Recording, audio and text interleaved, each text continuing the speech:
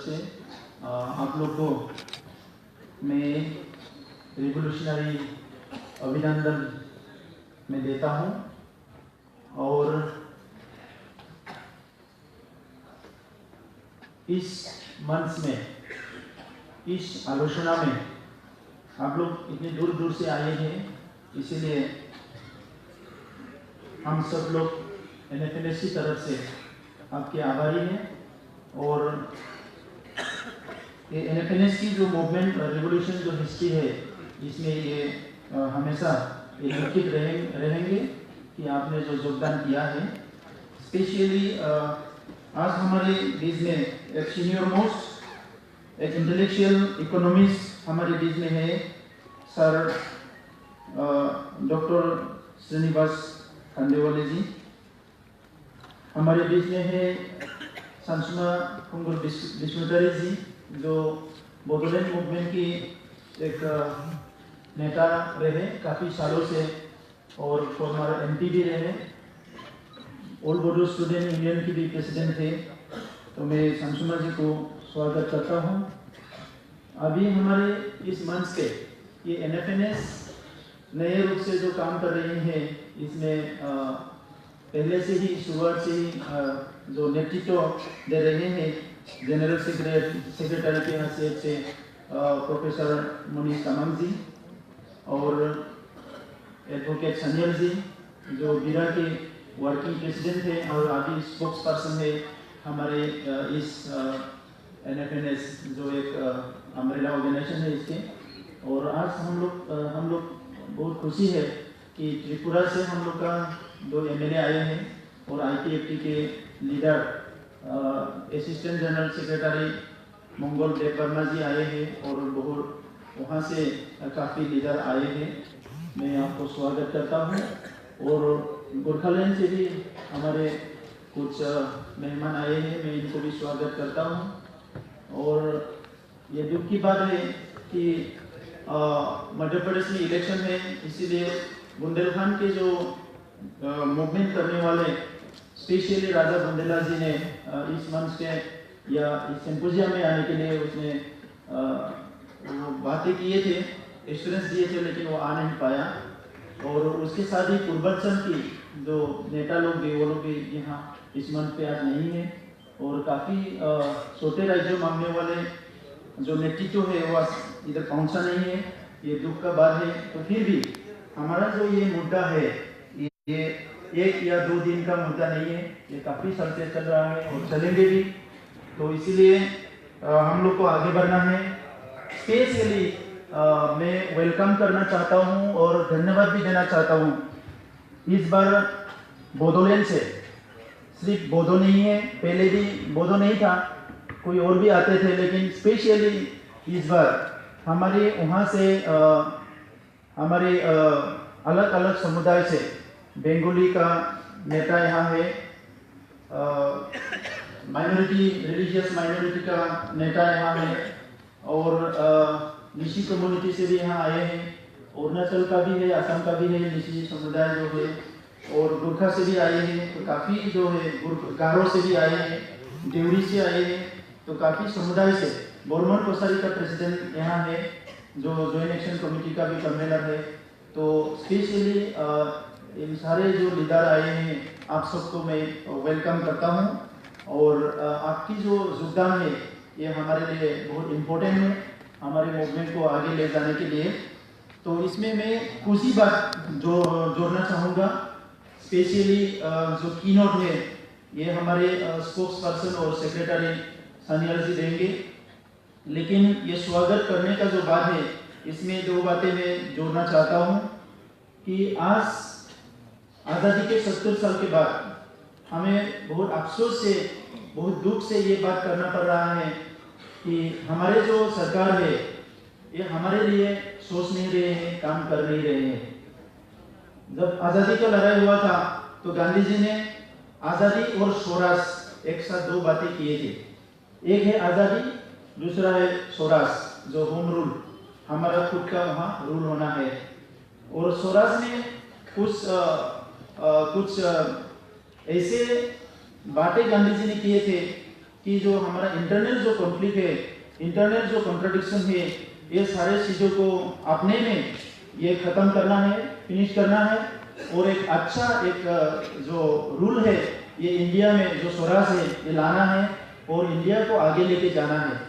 तो इसमें गांधी जी ने जो बातें बोले थे कि हिंदू मुसलमान एक साथ रहना पड़ेगा, अनकास्टबिलिटी जो है ये हटाना पड़ेगा, जो कास्ट का बात है, रूरल या गाँव को डेवलप करना होगा, और इसके साथ ही जो मॉरल जो लोगों का जो मॉरलिटी है इसको हम लोग ठीक करना पड़ेगा या इसको आगे लेके जाना होगा। तो इसको मॉरलिटी को हम सबको सुधारना होगा, और इसके साथ ही जो एडमिनिस्ट्रेशन का जो बात है इसको सिर्फ पॉलिटिकल में नहीं करते हुए, इकोनॉमिक में सीमित नहीं करते हुए गांधी जी ने जो सोशियो कल्चरल बात भी उसने किए थे। तो इसीलिए इंडिया को जो है डाइवर्सिटी का जो बात है, इंडिया जब कोई भी इंडिया का बात करे तो डाइवर्सिटी का बात करता है, लेकिन कॉन्स्टिट्यूशन में, संविधान में जो भी लिखा है इंडिया एक डाइवर्स कंट्री है in terms of culture, language, ये सारे जो स्पिरिट जो है कॉन्स्टिट्यूशन का, इसको वास्तव में रियलिटी में इम्प्लीमेंट करने में गवर्नमेंट जो है वो कामयाब नहीं हुआ। ये नेशन पे भी नहीं हुआ, ये रीजन पे भी नहीं हुआ। तो इसीलिए अभी यहाँ जो हम लोग का थीम है न्यू स्टेट्स इन इंडिया, ये जो न्यू स्टेट का हमने बात कर रहे हैं, और यहाँ हमने लिखा answer to privilege regional disparity and political exploitation. ये रीजनल जो डिस्पैरिटी है, डिस्पैरिटी का बात करें तो हम लोग जो मूवमेंट करते हैं, रिवोल्यूशन करते हैं, हम लोग के दिमाग में बहुत सारी चीजें आती है, कहाँ कहाँ डिस्पैरिटी है। अगर डिस्पैरिटी का बात करें, जब गवर्नमेंट की कोई ब्यूरोक्रेट से, कोई पॉलिटिशियन से बैठ के अगर हम लोग बात करते हैं तो इनका जो इसका जो मीनिंग जो वो रहता है वो directly economic disparity, economic and infrastructure disparity है, लेकिन इकोनॉमिक और इंफ्रास्ट्रक्चर ये काफी नहीं है। इसके साथ साथ जो सोशल डिस्पैरिटी है, कल्चरल डिस्पैरिटी है, वो सारे चीजें भी हमें बातें करना है, क्योंकि एक देश, एक परिवार, एक समाज अगर चलना है शांति से, अमन से, एक बैलेंस इक्वलिटी से समाज चलना है, तो वहाँ कल्चर के बात अगर नहीं करेगा, आइडेंटिटी का बात नहीं करेगा, लैंग्वेज का बात वहाँ नहीं करेगा, सिर्फ हम इकोनॉमी का बात करेंगे, इंफ्रास्ट्रक्चर का बात करेंगे, उससे तो वो नहीं होगा।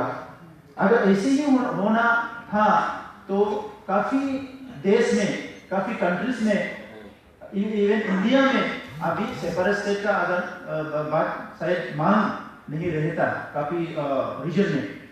तो इसीलिए अभी जो है यहाँ जितने भी ग्रुप्स है, मूवमेंट ग्रुप्स है, अभी जो बात कर रहे हैं ये विदर्भ में हमारे साथ इकोनॉमिस्ट जो डॉक्टर खंडेवाले सर आए हैं, वो एक इंटेलेक्चुअल है, तो सर हमें अभी समझाएंगे कि देश क्या कर रहे हैं, नेशन क्या कर रहे हैं। सर ने नेशनल लेवल पे काम किया है, बहुत सारे स्टडी किया है, रिसर्च किया है, तो आज के ये मंच पे सर का जो यहाँ रहना है, सर का जो प्रेजेंस है वो हमारे लिए बहुत इम्पोर्टेंट है।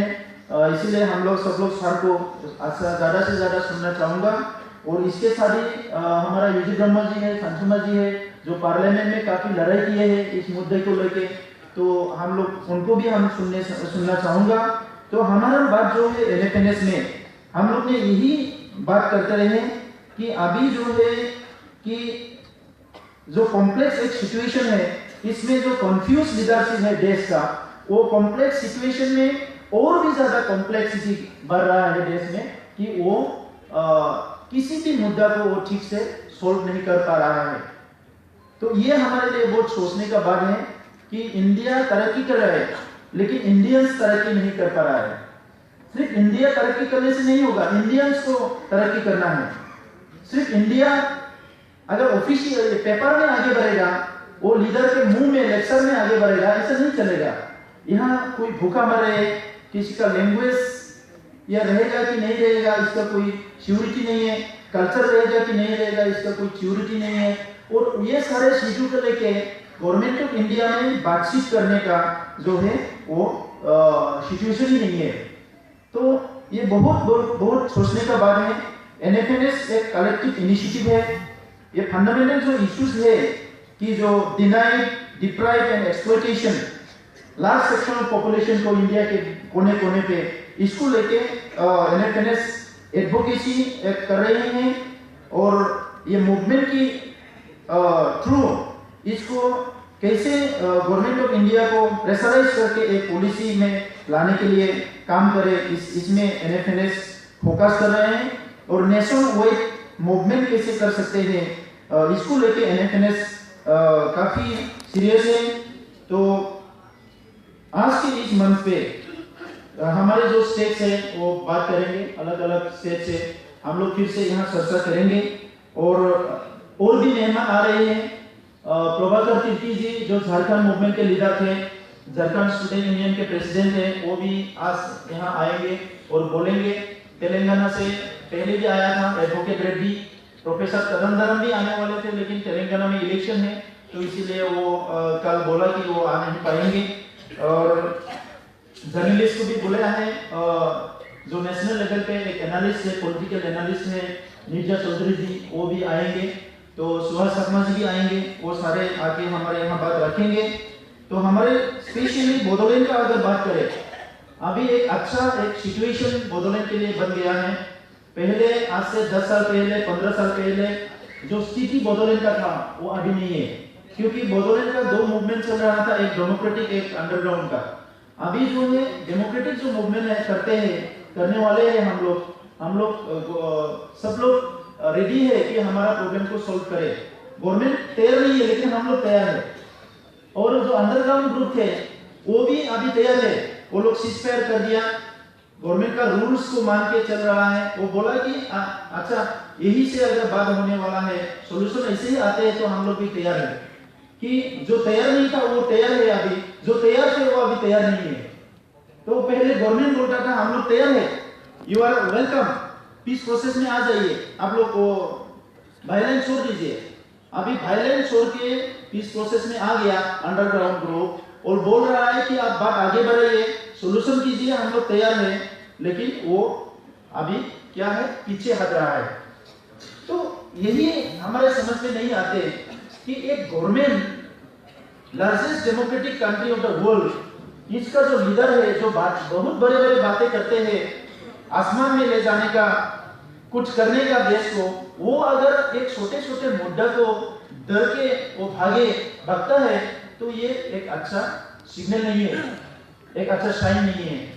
तो गोरखालैंड में क्या हुआ कि अभी बीजेपी का जो अगर बात करें हम लोग, ये बीजेपी का रोल है, एनडीए का रोल है, हमारा तो कोई ऑप्शन नहीं होता है।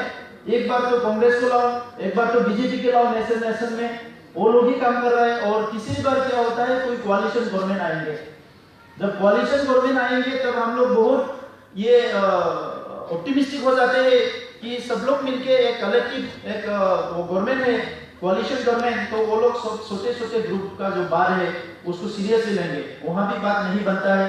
फिर कांग्रेस आ जाता है, कांग्रेस में तो बनता ही नहीं है। फिर बीजेपी आ जाता है और बीजेपी डिलीवरेटली झूठ बोल देते हैं, धोखा दे देते हैं। ये भी बहुत सोचने का बात है। कांग्रेस सेपरेट नहीं बनाएंगे बोल के आ जाता है पावर में, और बीजेपी सेपरेट बनाएंगे करके पावर में आ जाता है, बनाते नहीं है। तो अभी हम लोग कहाँ भागेंगे, कहाँ जाएंगे, किसके साथ जाएंगे? तो बोलने वाले तो बोलते हैं कि ये है, वो है, ये करो, वो करो, बहुत सारे मतलब बोलते हैं, लेकिन हम लोग क्या करेंगे? हमारे जो जनता है, थाउजेंड्स ऑफ मिलियंस ऑफ जो पीपल है, still who are deprived, discriminated and denied, उसको लेकर हम लोग को अभी सोचना है। तो इसीलिए ये सिंपोजियम है। मैं बहुत बहुत आप लोग को धन्यवाद देता हूँ और फिर से वेलकम करता हूँ NFNS की तरफ से, हमारे सारे मूवमेंट ग्रुप की तरफ से। और मैं रिक्वेस्ट करता हूँ हमारा जो चेयरपर्सन है उसको, चेयरपर्सन जी को ये आगे बढ़े बाकी एजेंडा को लेके, लेकिन विद ड्यू परमिशन, चेयरपर्सन के परमिशन से मैं यहाँ हमारे एक विशेष पर्सन आ गए हैं, मैं इसका इंट्रोड्यूस करना चाहता हूँ, इंट्रोडक्शन देना चाहता हूँ। प्रभाकर तिर्की जी, जो मैंने आपको थोड़े देर पहले जिक्र किए थे, वो झारखंड स्टूडेंट यूनियन का प्रेसिडेंट था, झारखंड मूवमेंट का लीडर था, और अभी भी झारखंड के लैंड राइट को लेके, सोशल राइट को लेके जितना भी वहाँ क्राइम वायलेंस हो रहा है, इसको लेके झारखंड में लड़ रहे हैं, नेशनल लेवल पे लड़ रहे हैं। एक डायनेमिक लीडर है, कभी भी पीछे हटने वाले नहीं है। तो इनका जो एक्सपीरियंस है, इनका जो सोच है, हमारे लिए बहुत इंपॉर्टेंट है। ये सेपरेटिस्ट मूवमेंट को आगे ले जाने के लिए मैं यही समाप्त करता हूँ। धन्यवाद।